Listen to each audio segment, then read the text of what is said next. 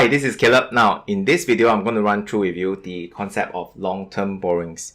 All businesses at some point in time, if they're looking at expanding or for cash flow issues, may seek the bank's help to get some cash so that the business can continue to operate.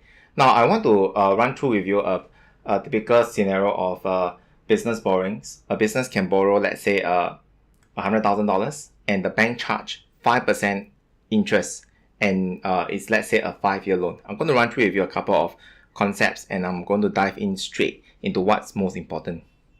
So the first thing I want to address is your understanding of interest. So interest, when we talk about interest, we are really talking about the cost of borrowing. It's very important to understand what it means by cost of borrowing.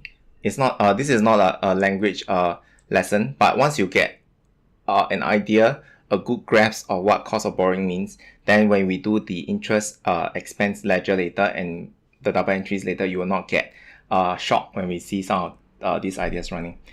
Okay, interest expense doesn't refer to the amount you pay for interest. Okay, it specifically means how much it costs you to borrow.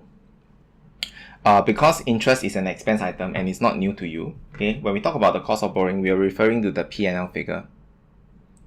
Now, many students may think that this is like a chapter on its own, but really, because this is an expense account, okay, you will have covered that kind of concept in your prepayment and accrual chapter. So this is just a bit more interesting because we are talking about a relationship with a bank over a very long period of time. Okay, in my example, it's 5 years.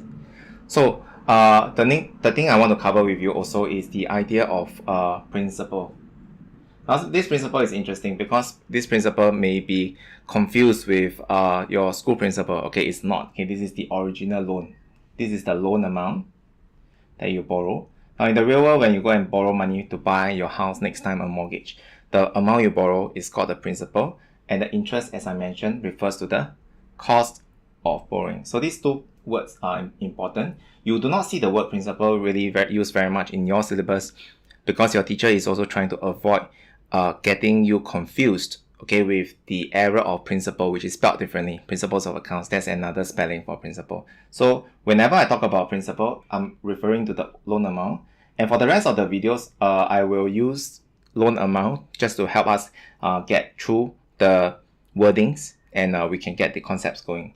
Now, in the example that I gave you, if you borrow $100,000 over 5 years, you need to identify a few things.